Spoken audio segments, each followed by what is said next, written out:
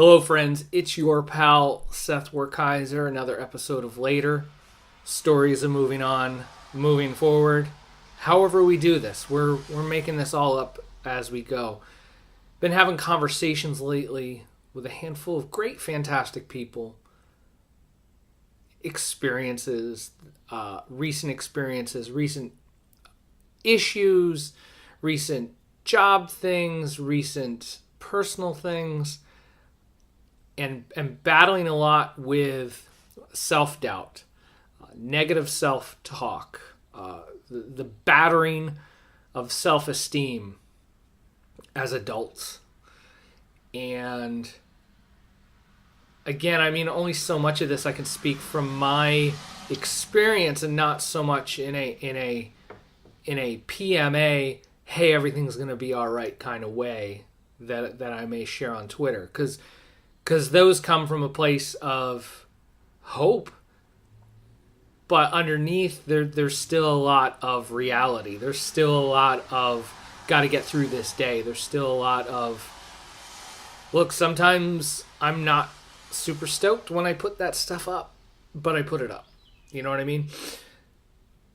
One of the things I've been thinking a lot of about, say, the negative self-talk and how that can dampen our self-esteem, our self-worth, our confidence in what we do. To imagine getting berated by a boss or an authority figure, to be ridiculed, to be laughed at, to be talked down to be judgmental. We sometimes have no issue in that, like, okay, yeah, that comes from there, but like that, you know, that's what happens. That's reality. That's life. Toughen up. That's the real world. Whereas, like, it's not, because the opposite can be true. I mean, there's examples of that everywhere. I mean, we see it online. Graceful, kind people. Those people exist in our lives. And if they exist in our lives, they can exist as bosses, as managers, as colleagues, as people we want to work with and be around and be partners with. Not everything needs to be drama and chaos. Work doesn't have to be crazy, which is the title of a book by the 37 Signals / Basecamp crowd. Really great book. Quick read. You should check that out. Work doesn't have to be crazy. I think that's the time. But if we have those voices in our lives of the negative, of you're never doing good enough, you let us down, this is a failure, those kind of messages can begin to seep into our own brains, and that's where I believe some of that negative self-talk comes from. Because when we're kids, most of the time, we're not thinking that. When you think about it, how naive and innocent and everything we were, like, we just put shit out in the world because we didn't know any better. We were just the way we were because we didn't know, because life hadn't beat us down yet. So I am a firm believer in getting back to, again, as we've accepted so much that an angry boss, a negative email, a hostile manager, we've accepted that as truth, whereas we haven't accepted looking in the mirror and saying, fuck, I look good today. Or, you know what? I just got paid for this invoice. I'm fucking awesome. You know, I paid rent and a car payment and insurance again this month. I know what the fuck I'm doing.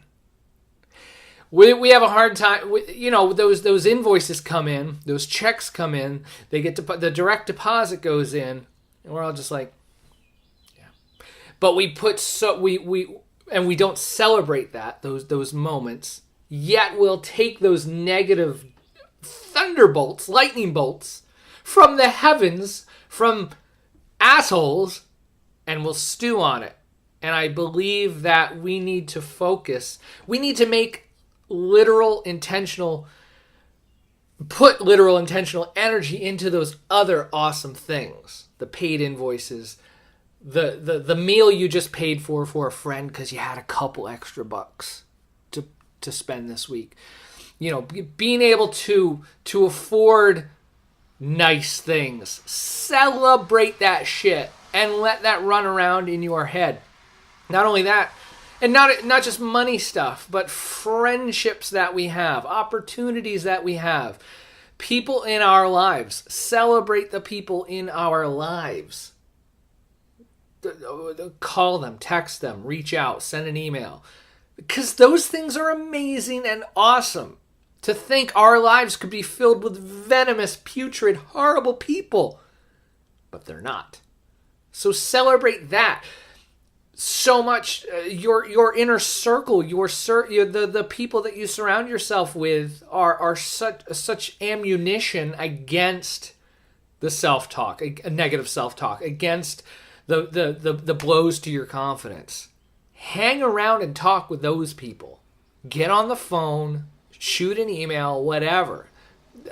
Drive the extra couple miles to go visit them, have dinner with them, whatever. Because those are the people and the influences that you need in your life. Intentional. Because so much from the outside, that negative energy just comes in whenever it wants. It just plops into your inbox on a Friday night like a big pile of dog crap. And then you think about it all goddamn weekend until Monday. You just dread it. Fuck that. Be intentional. Reach out to friends. Stay in touch. That's such a large part. And okay, beyond friends, beyond the money in your bank account, or sometimes lack thereof, fucking move. And this, of course, this is never an indictment of just get some sunshine to fix your depression. You need to do jumping jacks to get over clinical anxiety. That's not what this is. But this is below that, and of just get the fuck out and move. You don't have to be... For me, it's running. For me, starting running in 2016 was the absolute goddamn best thing I've ever shit-ass done. Because in the time when I wasn't making money, which was somehow beyond my control, the universe hasn't blessed me with money yet, woe is me, running was this thing that I could control. For you, it might be hiking. For you, it might be painting. For you, it might be going on photography walks or taking a class, or just get away from your computer, because there's a lot of just negative garbage on there by design. Because, hey, read all this negative, horrible crap and see all these advertisements, and hopefully you'll go to eat at Denny's tonight or Applebee's. Half-priced apps till 7 p.m.